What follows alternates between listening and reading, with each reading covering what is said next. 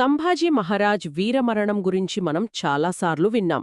ఒక రాజు మరణం ఒక సామ్రాజ్యం అంతానికి నాంది పలుకుతుందని అందరూ అనుకున్నారు. అవును, ముఖ్యంగా ఔరంగజేబు దక్కన్ను జయించాలన్న తన కల ఇక నెరవేరినట్టేనే భావించాడు. కానిక్కడ జరిగింది దానికి పూర్తిగా విరుద్ధం. సంభాజీ బలిదానం, ఆ తర్వాత ఒక 27 ఏళ్ల మహా స్వాతంత్ర్య సంగ్రామానికి ఎలా ఊపిరిపోసిందో ఈరోజు లోతుగా చర్చిద్దాం. ఇది చాలా ఆసక్తికరమైన విషయం. ఔరంగజేబు ఒక యుద్ధంలో గెలిచాడు, కాని మొత్తం సమరాన్నే కోల్పోయాడు. అంటే సంభాజీని క్రూరంగా చంపడం ద్వారా మరాఠాల ధైర్యాన్ని దెబ్బతీసెనని అనుకున్నాడు. కాని ఆ చర్య చెల్లాచెదరైన మరాఠా యోధులలో ఊహించని ఐక్యతను, అజేయమైన పట్టుదలను నింపింది. ఆ తర్వాత జరిగిన కథే అసలైనది. సరే, అసలు అక్కడ ఏం జరిగిందో ఒక్కొక్కటిగా చూద్దాం. సంభాజీ మహారాజ్ మరణవార్త రాయగఢ్ కోటకు చేరగానే అంతా అయిపోయిందని మొఘల్లో అనుకున్నారు కదా. ఖచ్చితంగా. కాని ఔరంగజేబు ఊహకు పూర్తి భిన్నంగా జరిగింది. సంభాజీ మరణించిన వెంటనే మార్చి 12, 1689న ఆయన భార్య మహారాణి యశుబాయి. అవును, ఆమె ఏమాత్రం సమయం వృధా చేయలేదు. శోకంలో మునిగిపోకుండా వెంటనే దర్బారును సమావేశపరిచి సంభాజీ చిన్న తమ్ముడు రాజారాంజీని ఛత్రపతిగా ప్రకటించారు. ఇది మొఘలులకు ఒక స్పష్టమైన సందేశం పంపినట్టయింది. ఒక గట్టి సందేశం. రాజు మరణించినా స్వరాజ్య పోరాటం ఆగదని, సింహాసనం ఖాళీగా ఉండదని. కాని ఈ పట్టాభిషేకం జరిగిన 13 రోజులకే, అంటే మార్చ్ 25, 1689న మొఘల్ సైన్యాధ్యక్షుడు జుల్ఫికర్ ఖాన్ రాయగఢ్ కోటను ముట్టడించాడు. అప్పుడే ఛత్రపతి అయిన రాజారాంజీకి, మహారాణి యశుబాయికి ఇదొక అగ్నిపరీక్ష లాంటిది. ఇక్కడే మహారాణి యశుబాయి తీసుకున్న నిర్ణయం చాలా కీలకమైనది. అవును, ఆమె ఒక వ్యూహాత్మక నిర్ణయం తీసుకున్నారు. వ్యక్తిగత బంధాల కన్నా శివాజీ మహారాజ్ స్థాపించిన హైందవీ స్వరాజ్యమనే ఆశయమే ముఖ్యమని ఆమె భావించారు. ఆ స్వరాజ్యం నిలబడితేనే తమ త్యాగానికి అర్థముంటుందని. ఖచ్చితంగా. అందుకే ఛత్రపతి సురక్షితంగా ఉంటేనే పోరాటం కొనసాగుతుందని భావించి రాజారాంజీని అత్యంత రహస్యంగా కోట నుండి తప్పించారు. రక్షణ భారాన్ని పూర్తిగా తనే స్వీకరించారు. అంటే ఒక మహారాణి తన భర్తను కోల్పోయిన కొద్ది రోజులకే తన కుమారుడితో కలిసి ఒక పెద్ద సైన్యాన్ని ఒంటరిగా ఎదుర్కొన్నారు. 8 నెలల పాటు బయటి నుండి ఎలాంటి సహాయం లేదు. లోపలున్న సైనికుల ధైర్యాన్ని చెక్కుచెదరకుండా చూడాలి. అది సైనిక వ్యూహం కంటే మానసిక స్థైర్యానికి చాలా పెద్ద పరీక్ష. నిజమే. ఆమె ధైర్యం, రాజనీతి అసాధారణమైనవి.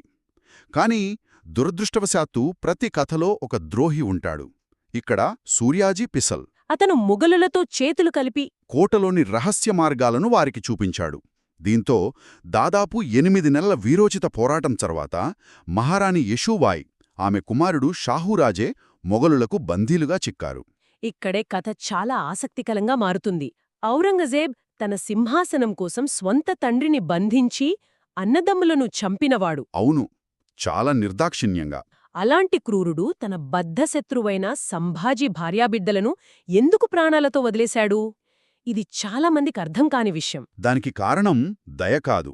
అది ఒక చల్లని, లెక్కలతో కూడిన చదరంగపు ఎత్తుగడ. చదరంగపు ఎత్తుగడ అంటే చూడండి, ఔరంగజేబు యుద్ధం గెలవడంపై ఎంత దృష్టి పెట్టాడో, గెలిచిన తరువాత ఆ రాజ్యాన్ని మానసికంగా ఎలా నియంత్రించాలనే దానిపై కూడా అంతే దృష్టి పెట్టాడు. ఓ షాహూను బందీగా ఉంచడం ద్వారా భవిష్యత్తులో మరాఠాల మధ్య వారసత్వ యుద్ధం మొదలుపెట్టాలని చూశాడు. అదొక విషబీజం నాటడం లాంటిది.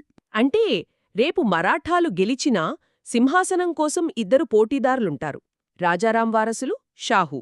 అవును, అప్పుడు వారిలో వారే పోరాడుకుని బలహీనపడతారనే అతని ఆలోచన. తమకు అనుకూలమైన వ్యక్తిని రాజుగా చేసి పరోక్షంగా నియంత్రించాలని. ఎంతటి దీర్ఘకాలిక వ్యూహం! అయితే ఈ మొత్తం ఘట్టంలో మనం ఒక చారిత్రక అపోహను కూడా తొలగించుకోవాలి. అదేమిటి? సంభాజీ మహారాజును బ్రాహ్మణులు పట్టించారని ఒక తప్పుడు ప్రచారం ఉంది. అది పూర్తిగా అవాస్తవం. మరి ఎవరు? ఆయన్ను మొఘల్లకు పట్టించింది ఆయన బంధువర్గంలోని షిర్కే కుటుంబమే. ఇది కులాల మధ్య విభేదాలు సృష్టించడానికి కొందరు చేసే ప్రయత్నం.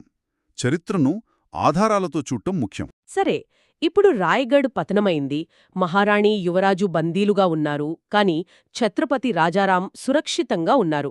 పోరాటం ఎలా ముందుకు సాగింది? మొఘలుల కన్నుగప్పి తప్పించుకున్న రాజారాం మొదట ప్రతాప్గఢ్, ఆ తర్వాత విశాల్గఢ్కు వెళ్లారు. కాని మొఘల్ సైన్యం వెంబడిస్తూనే ఉంది కదా.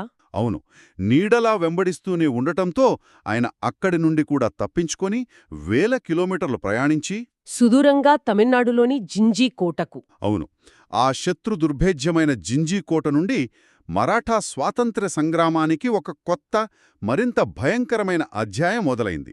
ఇక్కడే ఇద్దరు గొప్ప సేనాధిపతులు కథలోకి ప్రవేశించారు కదా, సంతాజీ ఘోర్పడే మరియు ధనాజీ జాదవ్. వాళ్ళిద్దరూ వారి యుద్ధ వ్యూహాలు మొఘలులను ముప్పుతిప్పలు పెట్టాయి. వారి వ్యూహం చాలా తెలివైనది అని అంటారు. అవును, దాన్ని అర్థం చేసుకోవాలంటే మొఘల్ సైన్యాన్ని ఒక పెద్ద పాములా ఊహించుకోవాలి.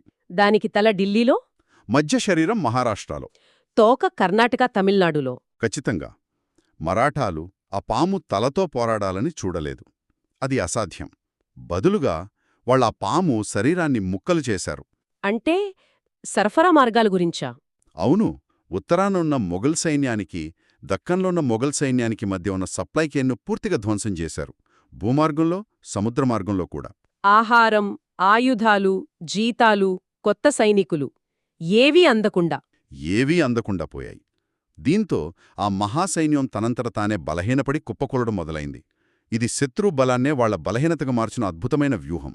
ఈ వ్యూహం ఎంతగా ఫలించిందంటే 1692లో సంతాజీ ఔరంగజేబు నమ్మినబంటు జనరల్ అలీమర్దన్ ఖాన్ను ఓడించి బంధించాడు. ఆ తర్వాత జుల్ఫికర్ ఖాన్ను కూడా ఓడించడంతో అతడు ఇక చేసేది లేక శాంతి ఒప్పందం కోసం రాయబారం పంపాల్సొచ్చింది. సంతాజీ మెరుపుదాడుల గురించి, ఆ పేరు వింటే మొఘలులకు ఎంత భయం ఉండేదో చెప్పడానికి కాసిం ఖాన్ ఉదంతం ఒకటుంది కదా. అవును, అది ప్రత్యేకంగా చెప్పుకోవాలి.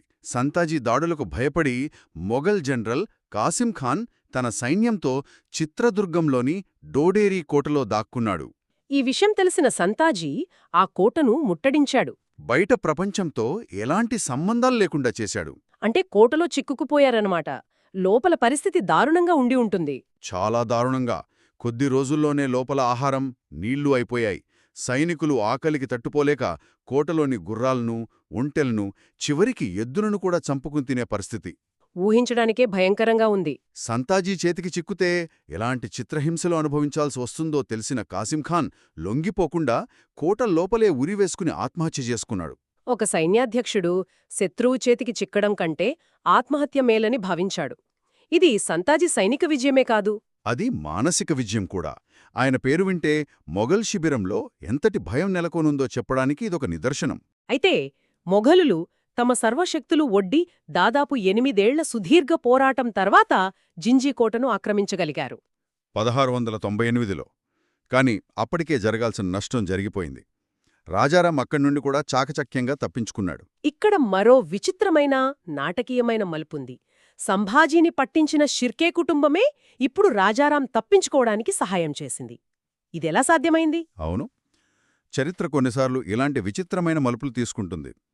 సంభాజీని పట్టించడానికి సహాయం చేసిన షిర్కే కుటుంబమే ఇప్పుడు పశ్చాత్తాపంతోనో, మారిన రాజకీయ సమీకరణాల వల్ల రాజారాంజీని మొఘల్ సైన్యం మధ్యలోనే దాచి సురక్షితంగా పంపడానికి సహాయం చేసింది. ఈ పాటికి దాదాపు 20 ఏళ్ల సుదీర్ఘ యుద్ధం ముగిసింది. మొఘలుల ఖజానా సగానికి పైగా ఖాళీ అయిపోయింది. సైన్యం అలసిపోయింది. ఇక ఈ దక్కన్ యుద్ధం ఆపి ఢిల్లీకి తిరిగి వెళ్లడం మంచిదని ఔరంగజేబ్ మంత్రులు, సేనాధిపతులు సలహా ఇచ్చారు. సరిగ్గా అదే సమయంలో రాజారాం అనారోగ్యంతో మరణించాడు. ఇక మరాఠాల పని అయిపోయిందని ఔరంగజేబ్ ఊపిరి పీల్చుకొనుంటాడు. అతను అలానే అనుకున్నాడు. ఛత్రపతి లేడు, రాణి, యువరాజు తన బందీలుగా ఉన్నారు. ఇక మరాఠాలను ఓడించడానికి ఇదే చివరి సువర్ణావకాశమని భావించాడు. కాని అతను ఊహించని ఒక శక్తి తెరపైకి వచ్చింది. రాజారాం భార్య మహారాణి తారాబాయ్.